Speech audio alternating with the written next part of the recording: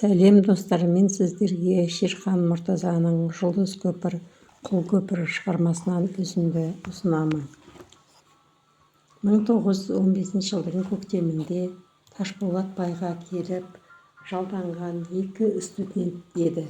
Бірі қазақ Тұрар Рысқұлов, бірі өзбек Ләзиз Османов.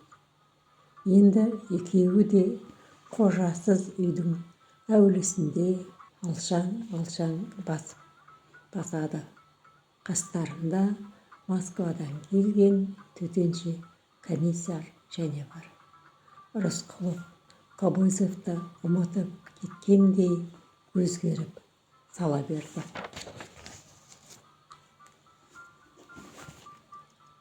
Комиссарды қарсы алуға аулада тізіліп сапқа тұрған 200 баланың ішінен әлдекімді іздегендей әрқайсысының бетіне үңіле қарап келеді.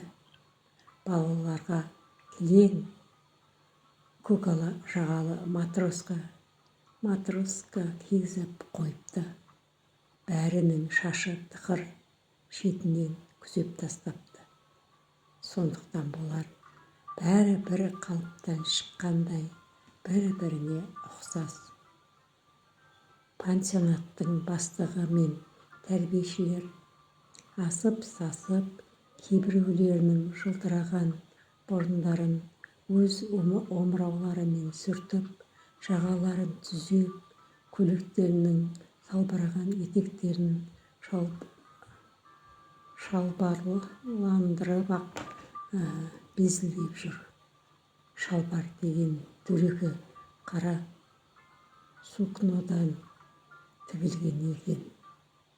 Түйенің көн терісіндей қап-қалың. Кейбіреулерінің мықынына шақ емес, сыпырылып сүйіндеп тұр.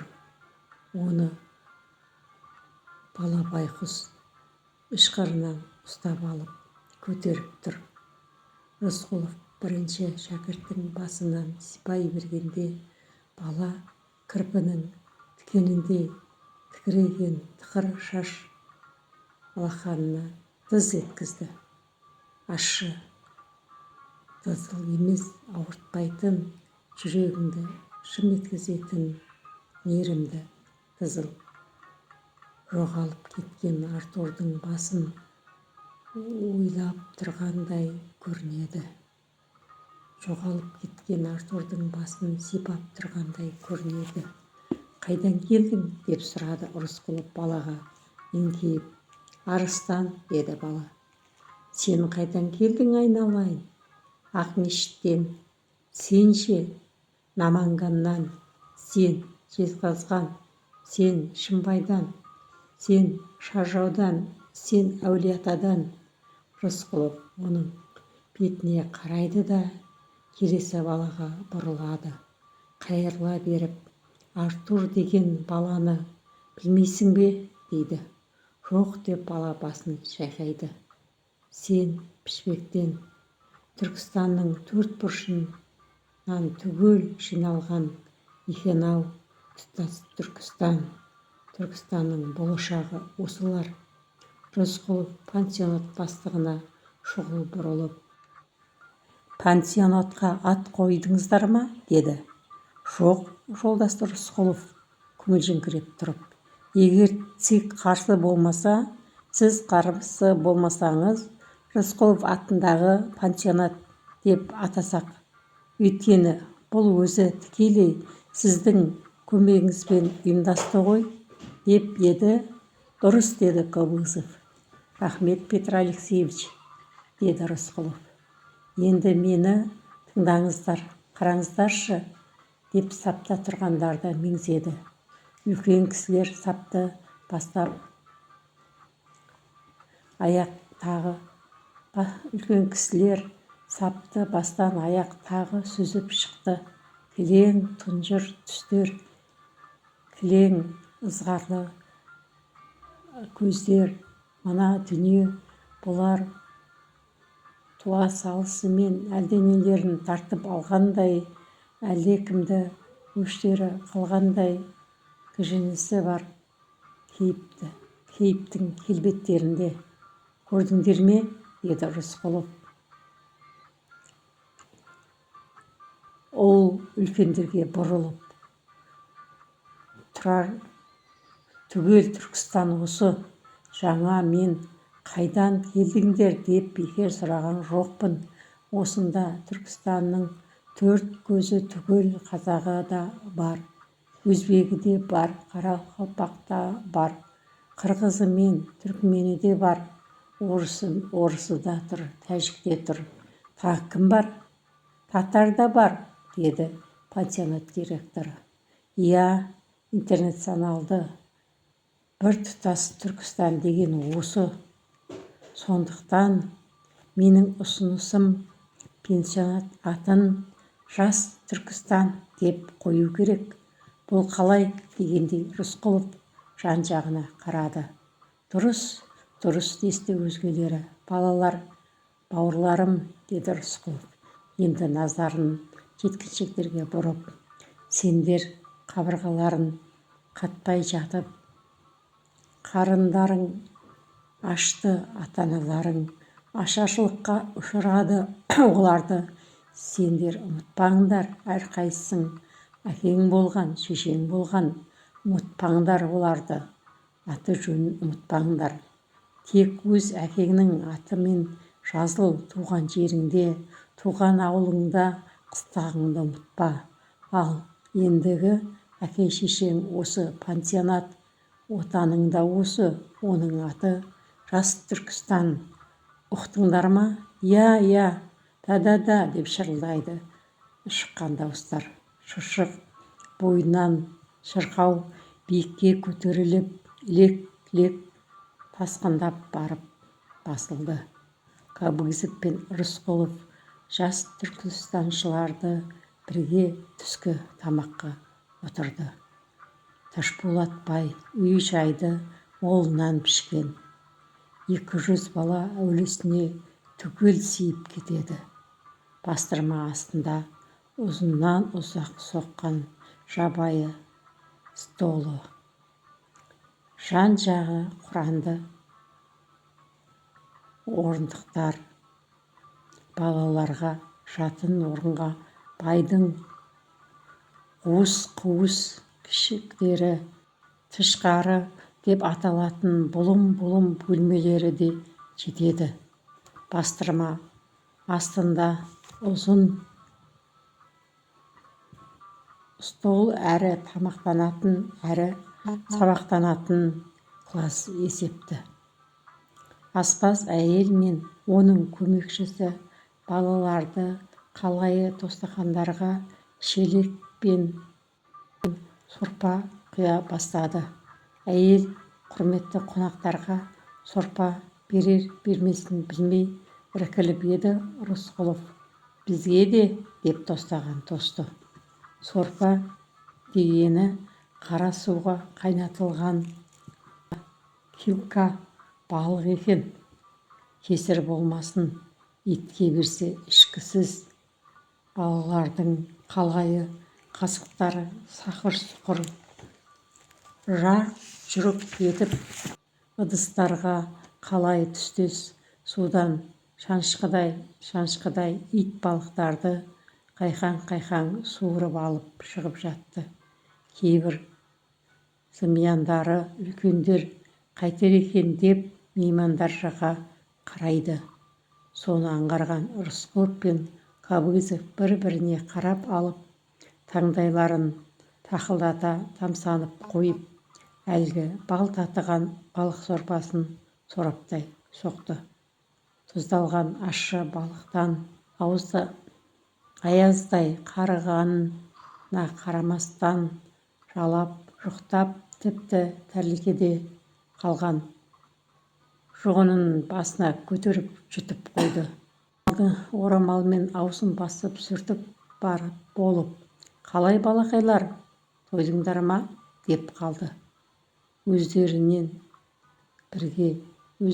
бірге мәртебелі меймандардың дастархандас болғанына риза болған кейбір естілері тойдық деді. Көбі томсырайып қалды. Шыдаңдар, балақайлар, аз күнде астық піседі, ашынған қарын тойынар, ашылған етек жабылар. Айналайындар, шыдаңдар, оқуларыңды жақсы оқыңдар, деп орнынан тұрды. Былай шыға бере пансионат директорына Рысқұлов мәз емес екен деді. Анау шарасыздық кейіп танытып, екі қолын жайды. Бары осы, жолдас Рысқұлов. Каспийдің келкасына да шүкіршілік деп отырмыз. Ағарту комиссарының бергені сол. Балаларға тым болмаса көкөніс берсеңізші. Әзірше нан жоқ, ал атқұлақ пен рауаш шалқан пісті ғой. Мына бөктерде не көп, қозы құйрық көп. Жарайды, азық-түлік комиссарларына өзім сөйлесейін. Көмектесеміз. Жас Түркістан пансионаты республика қамқорлығында болуға тиіс, деді Рысқұлов комиссарға. Артур бұлардың арасында жоқ, оны бұрыннан біледі. Сұрау салдырған жоқ болып шыққан. Біле тұра әйтеуір бір үзілмеген үнсіз үміт іздеп айқайлайды. Артур жауап қатпайды. Рысқұлов үшін мыналардың бәрі Артур аман болыңдар, адам болыңдар деп тіледі. Бірақ бауырдың аты ауыр ғой. Жүрегі бар болғыр сыздап тұрып алды. Жолға шығар алдында дөңесте тұрып, Рысқұлов Ақбас таулар жаққа тағы да көз тастады. Алыстан мұнартып көрінген таулар жасыл мұхитта жүзіп бара жатқан ақ желкенді кемелердей теңселеді. Мұхит қайырынан ағараңдап көрінген ақ желкендей сағынышты мұңды әуен қайда бар. Үміт дүниесі сол. Артур сол тауларды жүрген сияқты елестейді Рысқұловқа. Бірақ қай тастың іздерсің? Бүкіл республикаға сұрау салып, таппаған бала көзі тірі болмауы да кәдік. Рысқұлов пен Кобозев қара машинаның арт жағына, шофер мен Ләзиз көмекші алдыңғы жағына орналасып, пансионатпен қоштасып, ашық автомобиль күрк етіп орнынан қозғалып, шыршықты жағалап қара жолға шыға берген.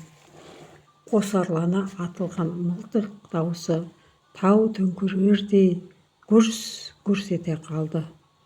Қос түтін бұрқ етіп, шыршықтың арғы бетінде бажал үлкен шынарды тасасында көлбейлейді.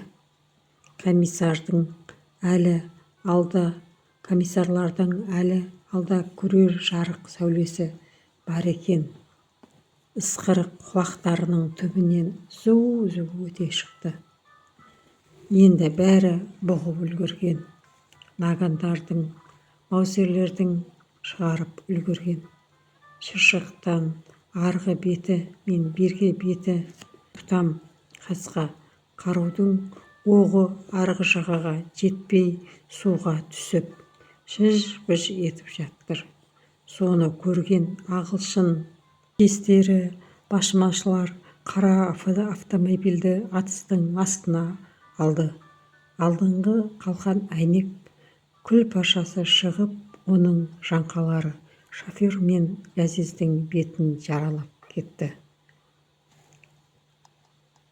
Балуанға тимесе екен деп қауіп айтты шофер. Ой оңбаған, адамға тимесе екен деді Ләзиз ысылдап бұғып жатып. Қой бүйтіп тұра берсек, бұлар машинаны жаңқаға айналдырады деп шофер газға басты. Машина әлі тірі екен. Қара жолдың шаңын бұрқыратып, тоңқаңдап ала жөнелді. Өзеннің арғы бетінен үш атты шынар тасасынан шықты. Машинамен жарыса шауып ат үстінен атыса бастады. Машина жолдан шығып, өзен бойынан бұрыла тартқанда үш салт атты әрі бұрылып, алай тауларын бетке алып жосып бара жатты. Пансионатқа қарулы күзет қоймаса болмайды екен, деді Рысқұлов.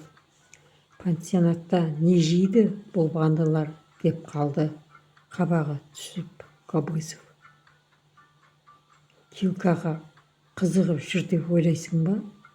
Ташпулат байға Килька керек емес әрине, деді Рысқұлов көзін алысқа алай жақа қадай отырып.